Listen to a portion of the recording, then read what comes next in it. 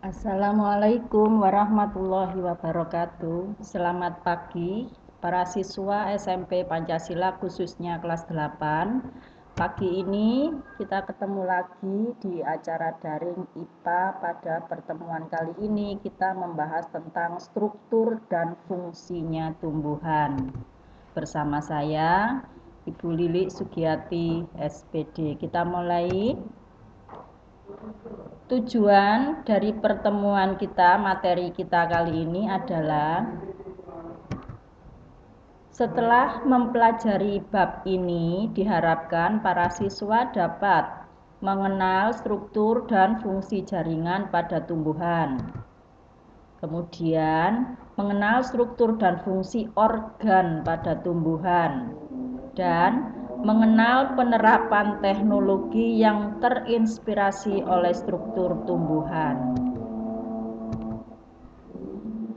Pada materi kita kali ini tentang struktur dan fungsi tumbuhan, ini nanti meliputi dua hal. Yang pertama tentang organ-organ tumbuhan. Organ tumbuhan itu ada akar, batang, daun, bunga, buah, dan biji. Meskipun secara umum tumbuhan organ utamanya adalah akar, batang, dan daun. Kemudian pada bagian yang kedua nanti akan dipelajari tentang jaringan-jaringan yang mendukung masa pertumbuhan pada tumbuhan. Di antaranya ada jaringan meristem, jaringan pengangkut, jaringan dasar, jaringan pelindung, dan jaringan penyokong.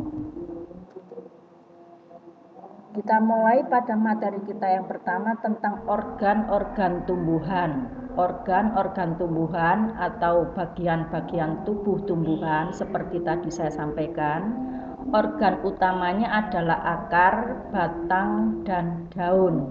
Namun, pada beberapa jenis tumbuhan ternyata ada buah dan bunga.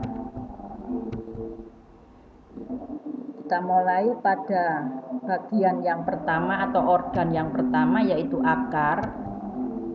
Fungsinya akar pada setiap tumbuhan adalah untuk menyerap air dan sari makanan yang ada dari dalam tanah. Kemudian juga memperkokoh berdirinya tumbuhan tersebut. Ada juga yang berfungsi sebagai tempat penyimpan cadangan makanan.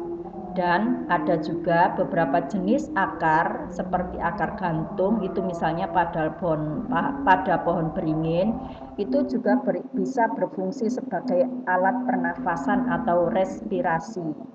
Berikut ada beberapa jenis contoh tumbuhan yang akarnya berfungsi sebagai alat penyimpan cadangan makanan. Jenis-jenis akar secara umum ini ada dua, seperti di kelas 7 yang pernah kalian pelajari. Ada akar serabut yang umumnya dimiliki oleh tumbuhan jenis monokotil atau berkeping satu, dan akar tunggang yang umumnya dimiliki oleh tumbuhan dikotil atau berkeping dua pada bijinya. Morfologi akar, berikut ada gambar bagian akar yang diperbesar, meliputi kulit bagian luar yaitu epidermis, endodermis, sampai pada bagian ke dalam yang disebut dengan silinder pusat, di mana di dalamnya terdapat pembuluh angkut yang terdiri dari floem dan xilem. Di samping ini ada dua gambar akar pada tumbuhan dikotil dan monokotil, di mana perbedaannya pada pembuluh angkutnya. Pada tumbuhan dikotil, pembuluh angkut letaknya secara berurutan pada satu garis, sedangkan pada akar monokotil, pembuluh angkutnya menyebar. Batang pada tumbuhan fungsinya sebagai alat penyokong berdirinya tubuh tumbuhan. Kemudian juga sebagai tempat mengangkut atau transportasi air dan zat makanan dari dalam tanah menuju ke daun untuk proses fotosintesis. Sebaliknya juga untuk mengangkut zat makanan hasil fotosintesis ke seluruh bagian tubuh tumbuhan. Kemudian, batang juga bisa berfungsi sebagai tempat melekatnya daun atau buah. Bisa juga batang berfungsi sebagai tempat cadangan makanan, misalnya pada tumbuhan aren atau tebu, di mana batangnya sekaligus sebagai tempat penyimpan cadangan makanan. Kemudian juga ada beberapa jenis tumbuhan yang batangnya berfungsi sebagai alat perkembangbiakan secara vegetatif, misalnya stek, di mana batang-batangnya yang dipotong kemudian ditanam sehingga menjadi generasi tumbuhan baru. Ini perbedaan bentuk irisan melintang dari batang tumbuhan dikotil dan monokotil hampir sama dengan akar. Perbedaan antara tumbuhan dan batang tumbuhan dikotil dan monokotil terletak pada tempat pembuluh atau jaringan angkutnya, yaitu floem dan silemnya. Pada dikotil posisinya beraturan sehingga membentuk lapisan kambium atau disebut juga lapisan tahun yang juga menentukan berapa umur batang tersebut. Sedangkan pada tumbuhan monokotil, posisi pembuluh angkutnya menyebar ke seluruh bagian batang tersebut. Daun pada tumbuhan secara umum fungsinya adalah sebagai alat pemasak makanan atau lebih dikenal proses fotosintesis.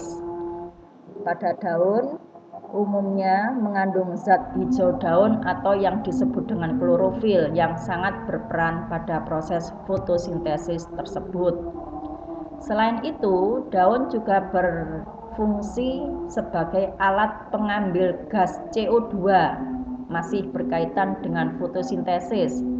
Juga berfungsi sebagai penguapan air dan alat respirasi atau pernapasan pada bagian stomatanya. Bentuk daun mulai dari tangkai, pelepah, tulang daun, dan helai daun. Bentuk-bentuknya ada yang menyirip, ada yang melengkung, ada yang menjari, dan ada yang sejajar. Ini hanya dimiliki pada beberapa jenis tumbuhan jenis monokotil maupun dikotil. Ini perbedaannya pada tulang daun dan bentuk daunnya.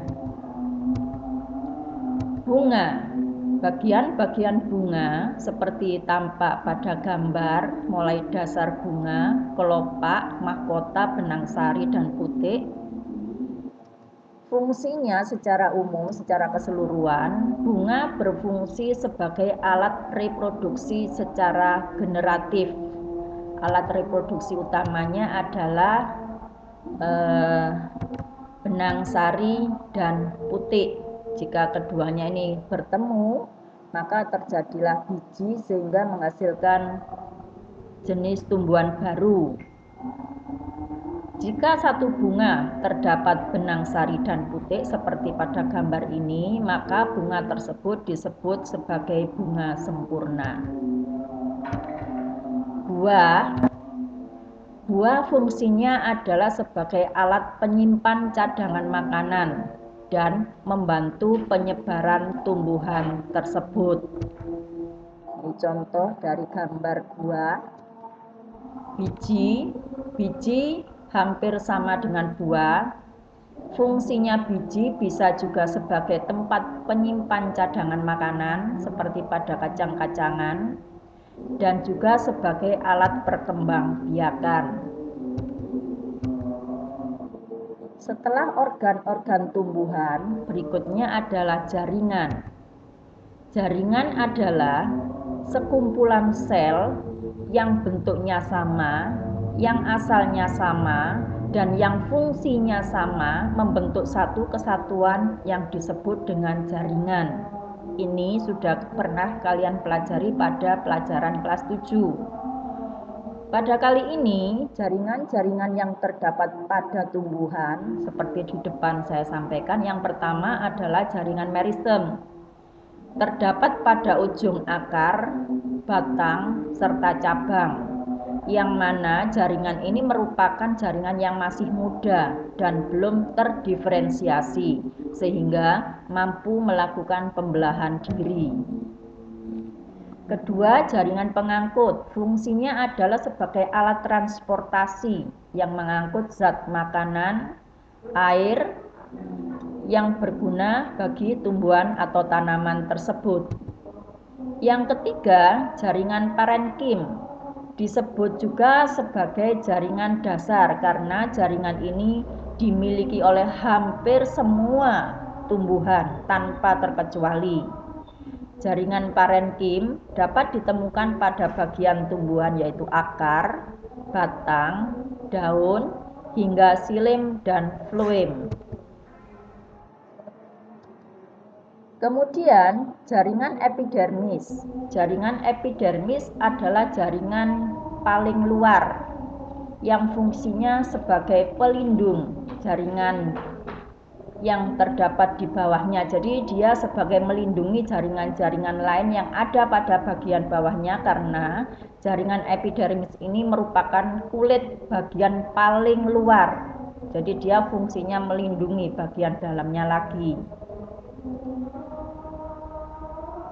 Kemudian, selain pada akar, batang, pada daun pun terdapat jaringan epidermis, khususnya pada bagian permukaan atas dan permukaan bawah daun.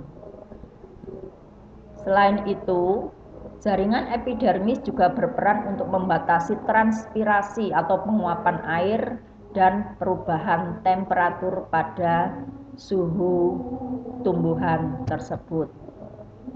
Yang terakhir, jaringan penyokong. Pada tumbuhan dibagi menjadi dua jenis, yaitu jaringan kolenkim dan jaringan sklerenkim yang fungsinya adalah sebagai penopang bagi organ-organ muda pada tumbuhan tersebut. Kemudian, jaringan-jaringan yang terdapat pada tumbuhan ini menginspirasi teknologi sehingga manusia memanfaatkannya pada teknologi lain selain pada tumbuhan. Misalnya digunakan untuk panel surya, sensor cahaya, kemudian juga untuk lapisan pelindung sehingga suatu benda menjadi lebih mengkilap, biasanya dilapisi sejenis lapisan lilin, juga alat pemurnian air. Demikian pertemuan kita kali ini, semoga bermanfaat. Jangan lupa selalu semangat agar menjaga kesehatan kalian, terus belajar dan kerjakan tugasnya. Saya akhiri, terima kasih. Assalamualaikum warahmatullahi wabarakatuh.